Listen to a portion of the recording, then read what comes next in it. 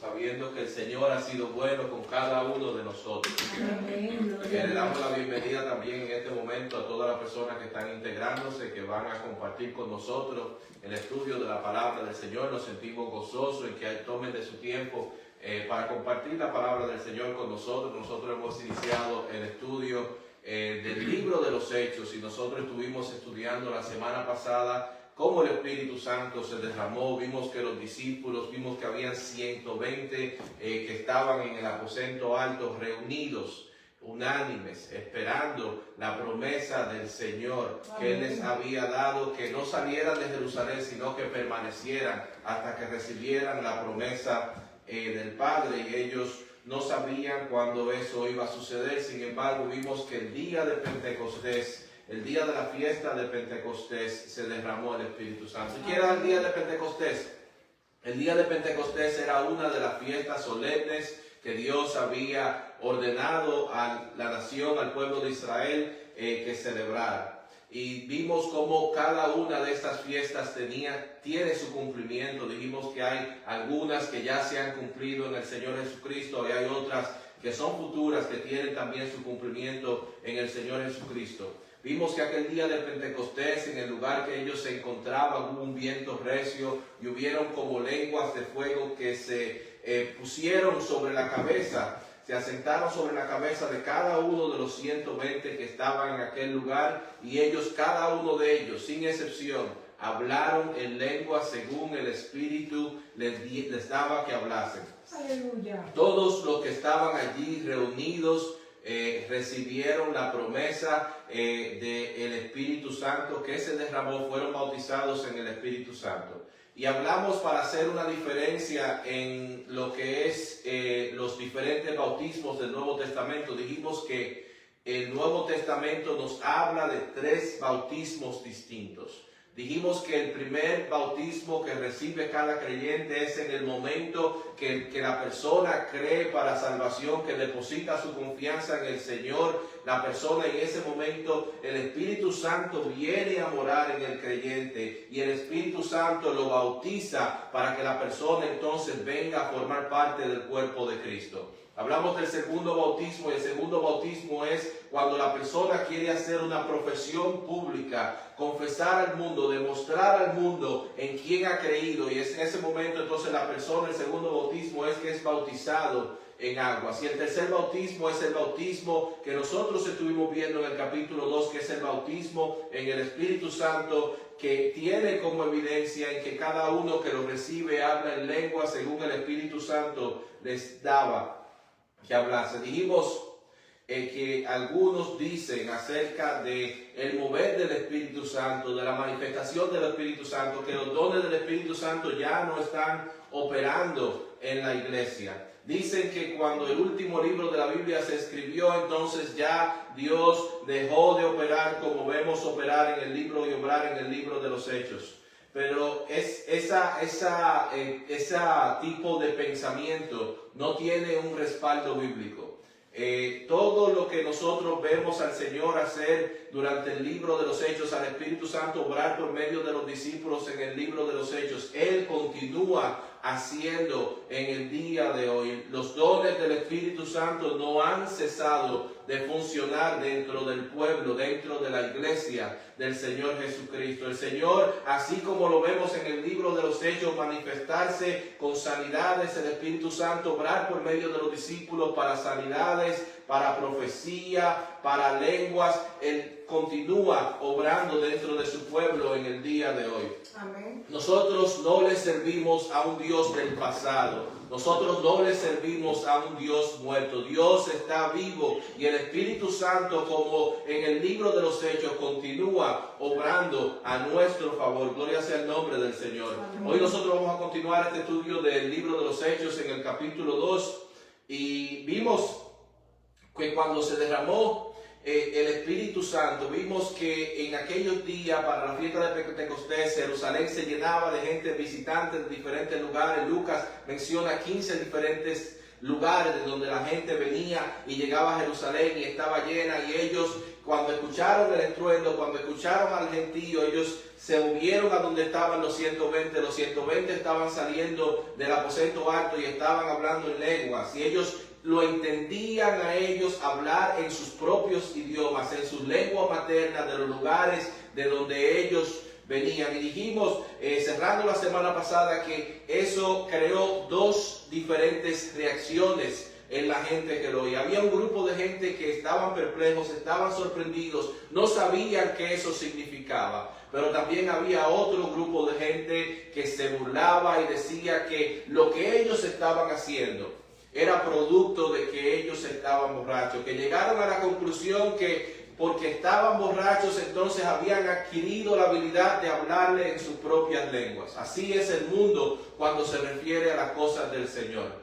Va a lo ridículo, va a lo ilógico para tratar de negar lo que Dios está haciendo. Vamos a continuar el estudio del libro de los Hechos y vamos a ver la respuesta que les da Pedro en referencia a lo que ellos están observando aquel día de Pentecostés. Vamos a leer del versículo 14 al versículo 21 del capítulo número 2 del libro de los Hechos. Hechos capítulo 2, versículo 14 al versículo 21. Y damos lectura a la palabra del Señor en el nombre del Padre, del Hijo y del Espíritu Santo. Amén. Entonces Pedro, poniéndose en pie con los 11, alzó la voz y les habló diciendo: varones judíos y todos los que habitáis en Jerusalén, esto os sea notorio, y oíd mis palabras, porque estos no están ebrios como vosotros suponéis, puesto que es la hora tercera del día.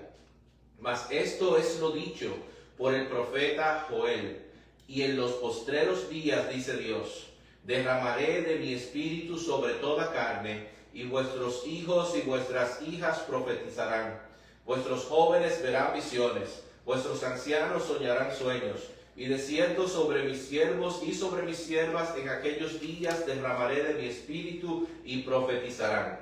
Y daré prodigios arriba en el cielo y señales abajo en la tierra, sangre y fuego y vapor de humo. El sol se convertirá en tinieblas y la luna en sangre, antes que venga el día del Señor grande y manifiesto. Y todo aquel que invocare el nombre del Señor será salvo. Amén. Amante Dios y Padre Celestial, Señor, te damos gracias por tu palabra, Señor. Ahora que nosotros, Señor, iniciamos este estudio de tu palabra, te pedimos que tu Espíritu Santo, Señor, esté moviéndose en medio de nosotros, esté preparando los corazones, esté guiando cada palabra, Padre Santo, Señor. Todo lo que vamos a tocar, que sea por parte tuya, que sea por mover tuyo, que seas tú guiando y dirigiendo la palabra directamente al corazón, transformando y obrando en nuestros corazones, que el que no te conozca, que te conozca, y los que te conocen, Dios mío, que puedan caminar más firmemente confiando en tu palabra. Te damos gracias,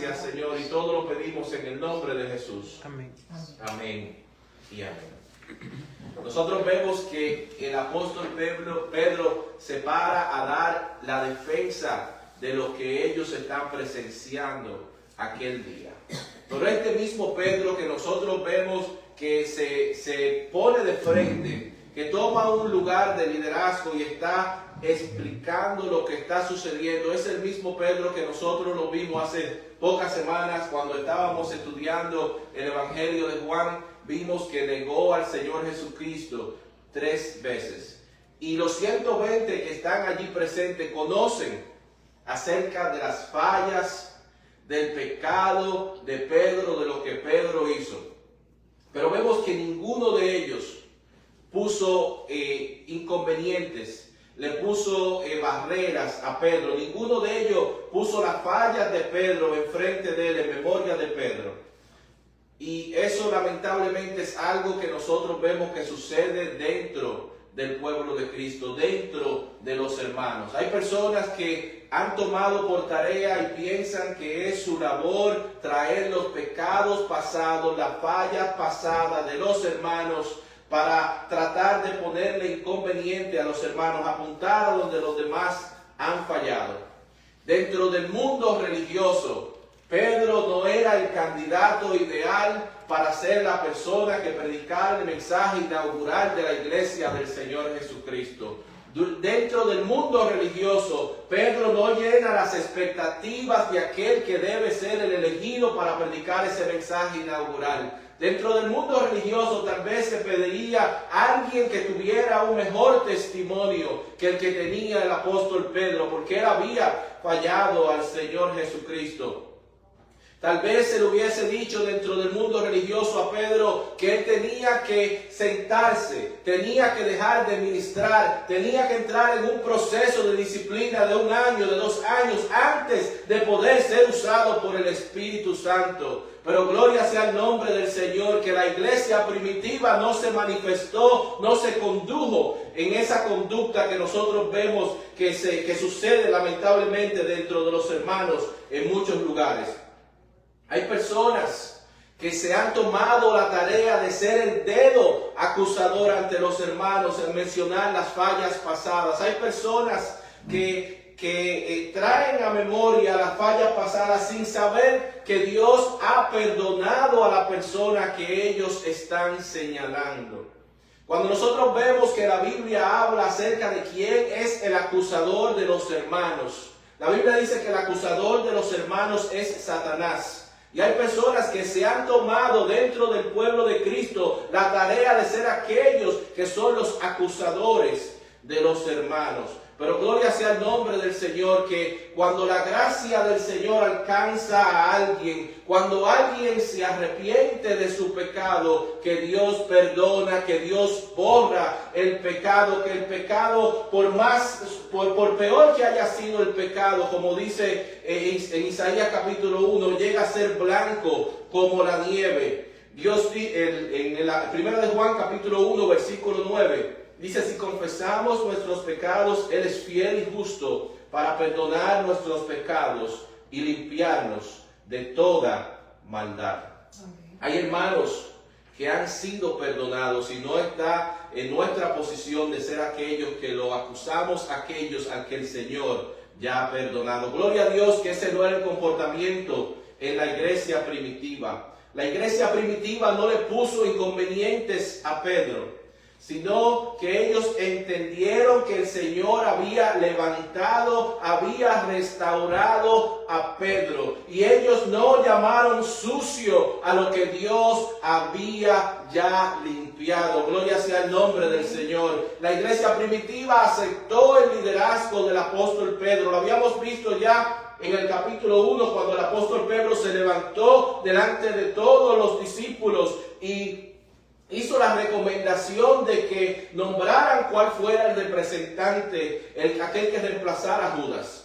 Hoy vemos que el apóstol Pedro, ante la crítica de aquellos que se están burlando de la manifestación del Espíritu Santo, él se levanta delante de aquella multitud y está explicando lo que está sucediendo. Pero no vemos que ellos se interponen, no vemos que ellos le ponen inconvenientes, sino que vemos que el Espíritu Santo comienza a moverse en la predicación del apóstol Pedro. Vemos que cuando el apóstol Pedro se levanta a dar el mensaje inaugural, están los 120 hablando en lengua, según el Espíritu le daba que hablasen. Aquellos lo están escuchando, hablando en su propio idioma. Pero cuando Pedro se levanta, sucede algo, que todos los que están hablando en lenguas, todos aquellos que el Espíritu Santo los está usando, en ese momento se callan.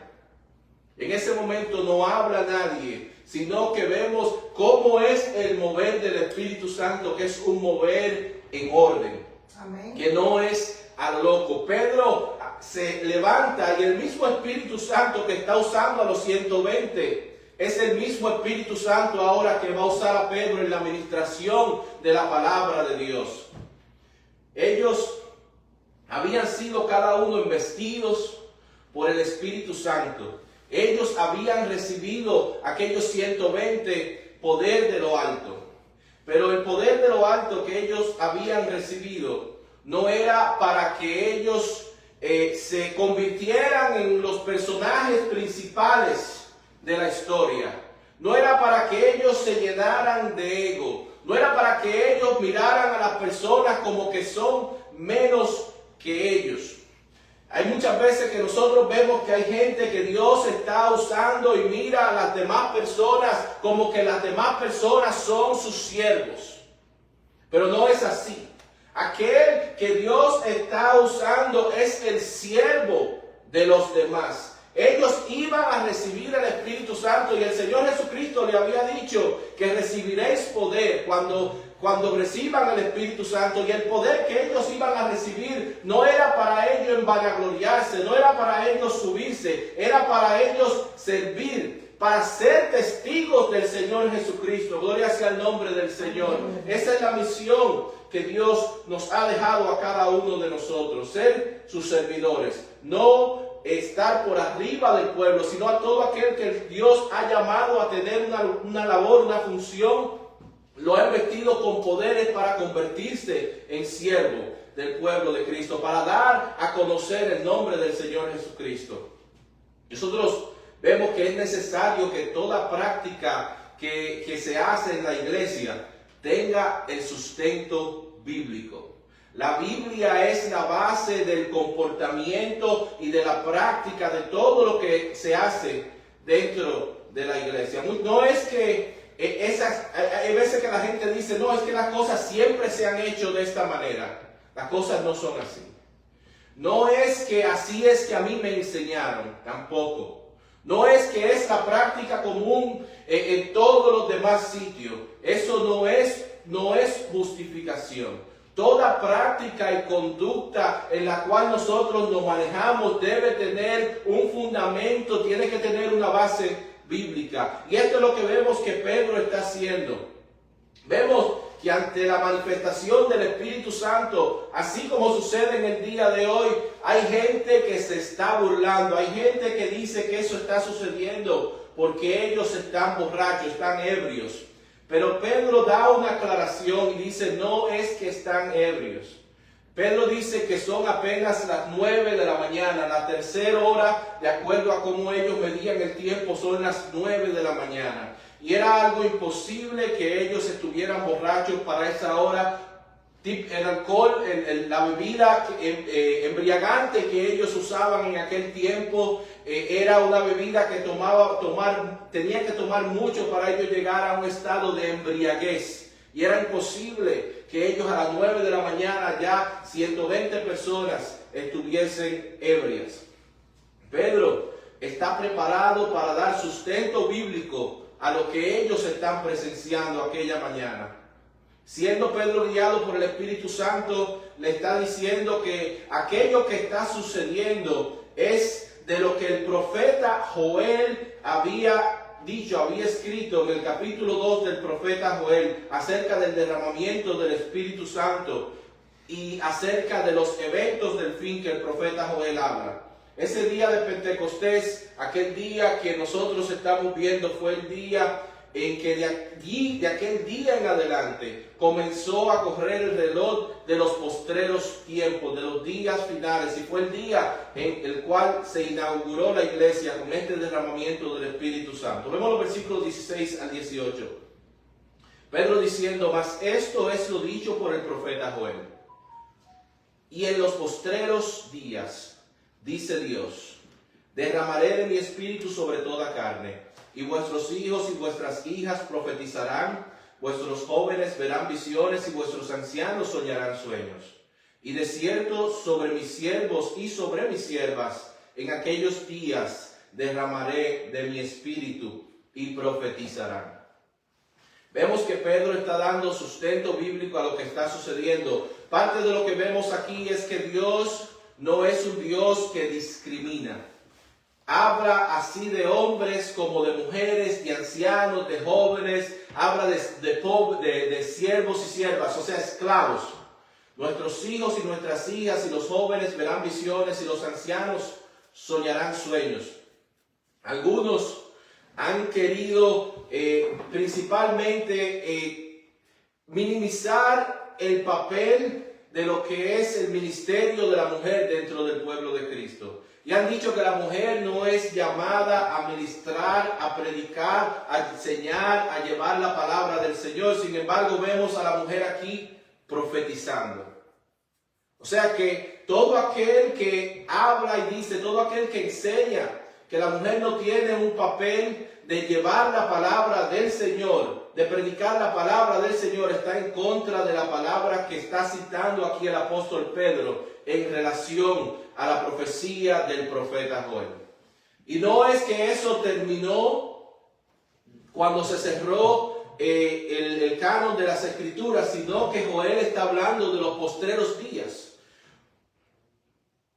Es interesante que él no está hablando del pasado. Al igual que aquellos que dicen que el mover los dones del Espíritu Santo cesaron cuando cerró el canon de las Escrituras. Vemos que la profecía de Joel del derramamiento del Espíritu Santo masivo y que aquellos profetizarán, tendrán visiones, tendrán sueños, no es, continuará hasta los días del fin, hasta los postreros días. Pero hay gente que se ha levantado y ha hecho doctrinas y enseñanzas en contra de la manifestación del Espíritu Santo dentro de la iglesia, dentro de los hermanos. Y ellos dicen que el Espíritu Santo, que sus dones no son vigentes para nuestros tiempos, que estos eventos fueron eventos del pasado que sucedían en tiempo del Nuevo Testamento. Incluso ellos tienen un pasaje bíblico que sacándolo de contexto, tratan de justificar su doctrina, que es 1 Corintios capítulo 13, versículo 8 al 10. Dice: el amor nunca deja de ser, pero las profecías se acabarán, y cesarán las lenguas, y la ciencia se acabará. Porque en parte conocemos y en parte profetizamos. Mas cuando venga lo perfecto, ellos dicen que lo perfecto es la Biblia, entonces que lo que es en parte se acabará. Ellos dicen que cuando Pablo habla de lo perfecto, ellos dicen que es la Biblia. Que a la Biblia estar completa ya los dones del Espíritu Santo no están en manifestación, que ya no hay lengua, no hay profecía, que no hay ciencia. Pero eso es una mala interpretación de lo que está diciendo el apóstol Pablo. Incluso a través de toda la historia de la iglesia, ese texto bíblico, cuando habla de lo perfecto, siempre los interpretadores de la Biblia, los comentaristas de la Biblia hablaron de lo perfecto como el tiempo en el cual estemos con el Señor Jesucristo. Ya en aquel tiempo los dones del Espíritu son irrelevantes, porque vamos a estar junto a aquel quien murió por nosotros, a quien nosotros servimos. No necesitaremos de los dones del Espíritu. Y vemos aquí que esta gente no desarrollaron esta doctrina hasta que el pentecostalismo se propagó. A principios de los años 1900 comenzaron a crecer el movimiento pentecostal, comenzaron a fundarse incluso los concilios pentecostales, y personas que se levantaron en contra del movimiento pentecostal sin tener un fundamento bíblico, cambiaron la interpretación de este texto bíblico para tratar de justificar su pensamiento, para tratar de justificar lo que ellos dicen y lo que ellos tratan de enseñar, de que los dones del Espíritu Santo no están funcionando dentro de la iglesia en el día de hoy. Amén. Nosotros no podemos negar que dentro del cuerpo de Cristo existe a veces un abuso, existe a veces espectáculos que la gente realiza y dice que es el mover del Espíritu Santo. Pero el que haya gente que abuse, el que haya gente que haga tipo de prácticas que están fuera de orden, no quiere decir que el Espíritu Santo tiene que dejar de funcionar porque haya gente que finja, que mienta y que haga espectáculos. El Espíritu Santo ha seguido funcionando, y vemos que en la profecía del profeta Joel que Pedro está citando, no dice que eso se va a acabar cuando los apóstoles del Señor Jesucristo mueran, sino que está hablando incluso de los postreros tiempos. Gloria sea el nombre del Señor.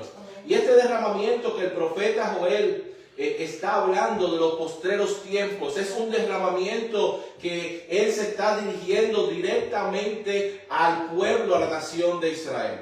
Los profetas del Antiguo Testamento no entendían que iba a existir un grupo de gente de toda nación, todo pueblo, toda lengua, todo tipo que le sirvieran al Señor.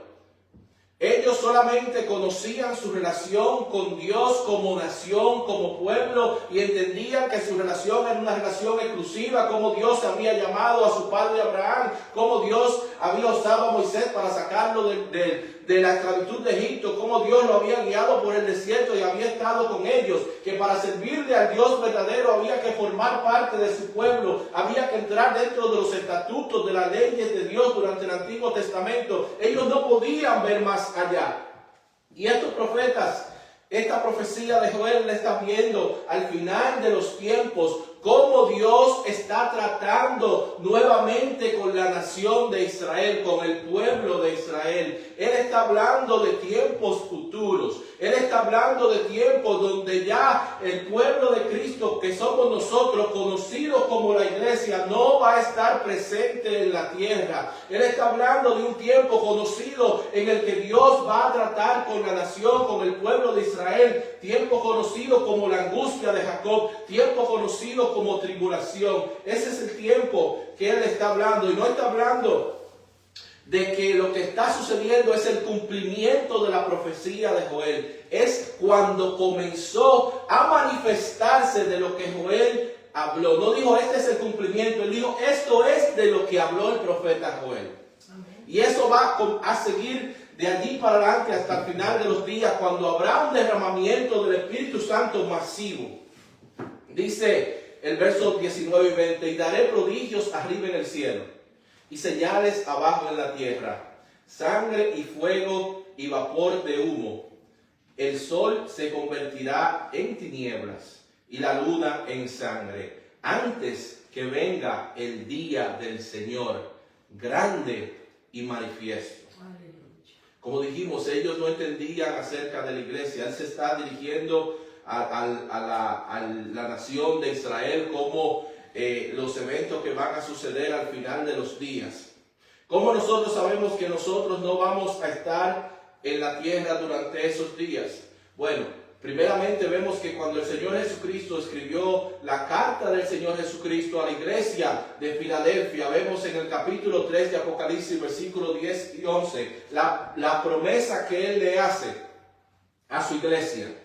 Dice, por cuanto has guardado la palabra de mi paciencia, yo también te guardaré de la hora de la prueba que ha de venir sobre el mundo entero, para probar a los que moran sobre la tierra. He aquí yo vengo pronto, retén lo que tienes, para que ninguno tome tu corona. Amén. Esto nos deja saber, nos habla acerca de que el pueblo de Cristo, la novia de Cristo, no estará aquí durante la hora de la prueba que viene sobre el mundo entero. Durante el tiempo de la tribulación, durante el tiempo del fin, la iglesia no va a estar en el mundo, sino que nosotros vemos que hay diferentes tipos de personas. Está Israel como étnico, Israel como pueblo de Dios durante ese tiempo, y está también entonces los moradores de la tierra. Pero también la Biblia nos habla de un tercer grupo de personas que van a ser, que la Biblia lo conoce como los santos de la tribulación. No los santos como hay gente que lo conoce para adoración, sino los santos como aquellos que han creído y han sido lavados en la sangre de Cristo. O sea que nos está hablando de un grupo de personas que no son parte de la iglesia, porque la iglesia está en el cielo, que durante el tiempo de la tribulación va a creer. Y este grupo de personas va a tener que pagar con su vida por creer en el Señor Jesucristo, porque van a ser perseguidos hasta que van a derramar su sangre por ser fieles en lo que ellos han creído. En Apocalipsis vemos que el apóstol Juan tuvo una experiencia estando en el cielo, en la cual a él se le mostró quién es este grupo de gente, y lo vemos en Apocalipsis capítulo 7, versículos 13 y 14. Dice, entonces uno de los ancianos habló, diciéndome, estos que están vestidos de ropas blancas, ¿quiénes son? ¿Y de dónde han venido? Yo le dije, Señor, tú lo sabes. Y él me dijo, estos son los que han salido de la gran tribulación y han lavado sus ropas y las han emblanquecidos en la sangre del Cordero. La tribulación es un tiempo terrible que viene sobre la tierra. La tribulación, la angustia de Jacob es un tiempo en el cual la ira de Dios se va a derramar sobre el mundo. Y es un tiempo en el cual todo aquel que llegue a creer para salvación, entonces se va a convertir en víctima, se va a convertir en aquel que es el blanco de las fuerzas del mal, del anticristo que va a estar gobernando sobre la tierra. El Señor describió este tiempo de tribulación en el Evangelio de Mateo, capítulo 24, versículo 21. Diciendo, porque habrá entonces gran tribulación, cual no la ha habido desde el principio del mundo hasta ahora, ni la habrá. Vemos que Pedro está citando eventos que el profeta Joel había hablado en referencia a la nación de Israel, de tiempos que van a suceder durante ese tiempo. Vemos de nuevo en el versículo 19 y 20 que Pedro está citando a Joel diciendo, haré prodigios arriba en el cielo y señales abajo en la tierra. Sangre y fuego y vapor de humo. El sol se convertirá en tinieblas y la luna en sangre, antes que venga el día del Señor grande y manifiesto. En el libro de Apocalipsis, el apóstol Juan describe esto que el apóstol Pedro está citando también del profeta Joel. Lo vemos en Apocalipsis 6:12. Dice, y miré cuando abrió el sexto sello, y he aquí, hubo un gran terremoto, y el sol se puso negro, como tela de silicio, y la luna se volvió toda sangre. También Apocalipsis capítulo 9, versículos 2 y 3 dice, y abrió el pozo del abismo, y subió humo del pozo, como humo de un gran horno. Y se oscureció el sol y el aire por el humo del pozo. Y del humo salieron langostas sobre la tierra, y se les dio poder como tienen poder los escorpiones de la tierra. Pedro está citando estos momentos terribles que vendrán sobre la tierra, y estos momentos son la anticipación de lo que sucederá antes que venga el día grande y manifiesto del Señor. La expresión que Pedro está citando de Joel lo llama el día espantoso de Jehová. Y esta frase, el día del Señor, en el Antiguo Testamento se identifica y está relacionado a eventos que sucederán al final de los tiempos, al fin de la historia, cuando Dios intervendrá para hacer cumplir su propósito en su creación.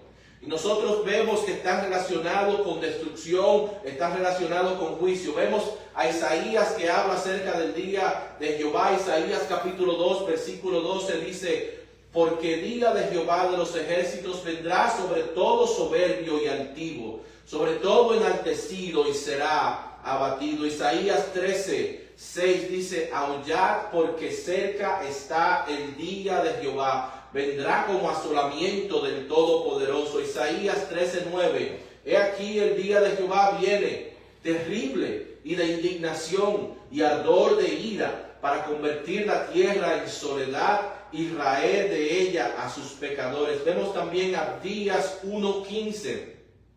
Porque cercano está el día de Jehová sobre todas las naciones. Como tú hiciste, se hará contigo. Tu recompensa volverá sobre tu cabeza. Vemos cómo la Biblia nos habla acerca del día de Jehová como un día en que Él intervendrá, un día de juicio que viene sobre los pecadores, sobre aquellos que no han creído en Él. Pero también dentro de lo que está sucediendo, de lo que Pedro está citando del profeta Joel, hay una promesa gloriosa para todo aquel que cree. Dice el versículo 21, y todo aquel que invocare el nombre del Señor será salvo. Gloria sea el nombre del Señor. Amén. Hay algunas personas que, así como nosotros estamos viendo que ante la manifestación del Espíritu Santo se están burlando de lo que está sucediendo, hay personas que cuando nosotros proclamamos la palabra del Señor y decimos que Cristo viene, se burla de lo que nosotros estamos diciendo. Hay gente que dice, pero toda mi vida yo he escuchado que Cristo viene y es el día de hoy que Él todavía no ha llegado. Hay gente que se burla de lo que nosotros estamos proclamando, de que Cristo viene. Pero gloria sea el nombre del Señor, que nosotros podemos confiar en sus promesas. Y hay una razón por la cual Él no ha regresado todavía. Y nosotros le damos gracias a Él, que Él ha tenido paciencia. Él, por su misericordia, por nosotros, no ha regresado. Hay muchas personas que pueden testificar y dar gracias a Dios que ese día no llegó hace un año, porque ellos no hubiesen estado incluidos en el grupo, que no sucedió hace 5 años porque ellos no hubiesen estado incluidos en aquel grupo. Gloria sea el nombre del Señor por la misericordia de Él, que es grande. Él tiene un propósito y por eso Él ha retrasado, no ha llegado su venida. Dice 2 de Pedro 3:9, el Señor no retarda su promesa, según algunos la tienen por tardanza, sino que es paciente para con nosotros, no queriendo que ninguno perezca, sino que todos procedan al arrepentimiento. Gloria sea el nombre del Señor. La salvación del Señor está disponible en nuestros días. La salvación del Señor es mediante su gracia. Es un regalo gratuito que nosotros podemos apoderarnos de Él, alcanzarlo mediante nuestra fe. A lo que entonces el apóstol Pedro se refiere a invocar el nombre del Señor. Se está refiriendo a poner nuestra fe, nuestra confianza, a creer en el Señor. Amén. Pablo, años después, diría lo mismo en Romanos capítulo 10, versículo 11 al 13. Dice: pues la Escritura dice, todo aquel que en Él creyere no será avergonzado, porque no hay diferencia entre judío y griego, pues el mismo que es Señor de todos es rico para con todos los que le invocan. Porque todo aquel que invocare el nombre del Señor será salvo. Qué bueno es Dios. Este es el tiempo de gracia, el tiempo de misericordia, que Él está disponible para salvar todo aquello que invoquen su nombre, que depositen su fe, su confianza en Él. No nos dice todo aquel que sea bautizado en aguas. No nos dice todo aquel que realice alguna función de obra. No nos dice todo aquel que sea perfecto en todo lo que haga. No, nos dice todo aquel que llame, que clame en el nombre del Señor. Todo aquel que ponga su confianza, su fe en Él será salvo. No importa lo que nosotros hayamos hecho en el pasado. No importa qué tipo de vida nosotros hayamos vivido. No importa cuán grande sea nuestro pecado. El Señor que nosotros le servimos es un Señor más grande que cualquier pecado que nosotros hayamos cometido. Y todo aquel que viene a Él, el Señor Jesucristo dijo que Él no le echa fuera, que Él no le rechaza. Gloria sea su nombre. Amén.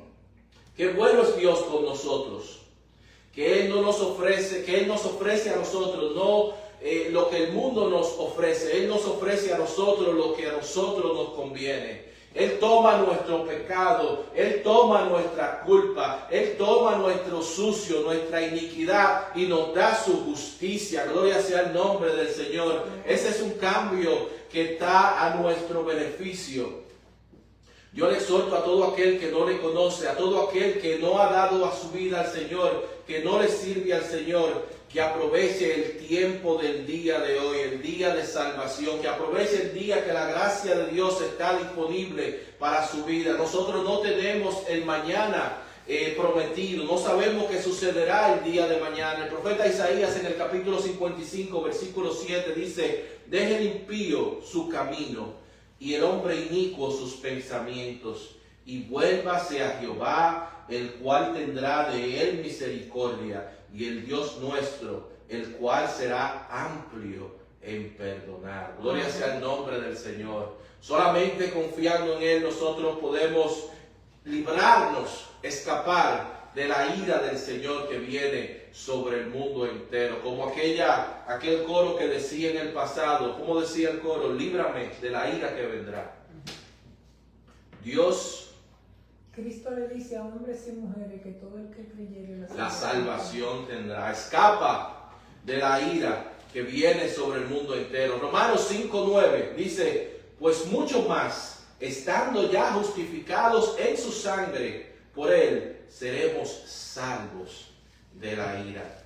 La iglesia será levantada antes que la ira del Señor se derrame sobre este mundo. Primera de Tesalonicenses 5:9 dice, porque no nos ha puesto Dios para ira a su pueblo, a su iglesia, a su novia, sino para alcanzar salvación por medio de nuestro Señor Jesucristo. Amén. Líbrate de la ira que vendrá. El Señor nos ofrece, nos extiende su salvación mediante su gracia. Nosotros podemos obtenerla confiando en Él, dando nuestra vida a Él, arrepintiéndonos de nuestros pecados y confiando en Él. El día de salvación está disponible en el día de hoy. El día de mañana puede ser muy tarde. Gloria sea el nombre del Señor. Hasta aquí el estudio de la palabra de Dios en el día de hoy, esperando que haya sido de bendición para todos los que han compartido con nosotros. Nosotros invitamos a las personas que están a través de Facebook Live a compartir la palabra con nosotros la próxima semana. Vamos, con la ayuda de Dios, a continuar el estudio del libro de los Hechos y los invitamos a que estén con nosotros la próxima semana. Dios les bendiga.